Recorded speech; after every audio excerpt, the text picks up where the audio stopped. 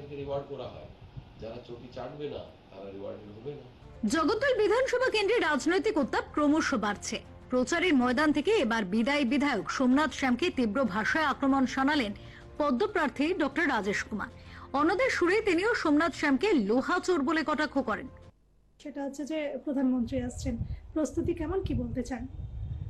আমাদের মাননীয় প্রধানমন্ত্রীজি আমাদের সকলকে আশীর্বাদ দেওয়ার জন্য এখানে আসছে, এটা আমাদের সকলের কাছে খুব খুশির বিষয়।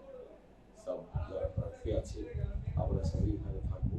তার আগে আমাদের মাননীয় মুখ্যমন্ত্রীজি আসছেন, ওনার আশীর্বাদও আমরা পাচ্ছি।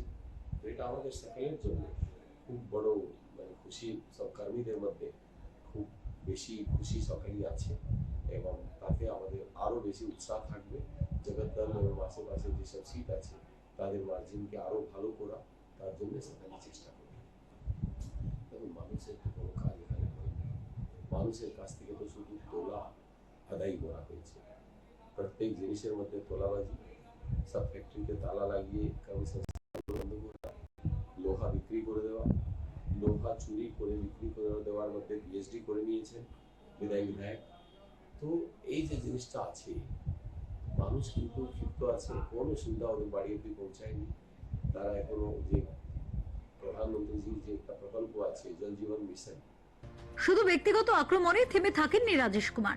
তার অভিযোগ, জগদ্দল জুড়ে ব্যাপক দুর্নীতি হয়েছে, বেআইনিভাবে পুকুর ভরাট হয়েছে এবং জমি দখলের ঘটনাও ঘটেছে একাধিক ক্ষেত্রে। তিনি স্পষ্ট জানিয়ে দেন, এলাকার সমস্ত ভরাট হয়ে যাওয়া পুকুরকে আবারও আগের অবস্থায় ফিরিয়ে আনার উদ্যোগ নেওয়া হবে। আমি তো বলছি না, পৌরসভার মধ্যে বাকি পঞ্চায়েতের মধ্যেও যত ভাবে এই জিনিসটা যত পুকুর ছিল তাদেরকে ভরাট করে দিয়ে বিক্রি করে দিয়েছে।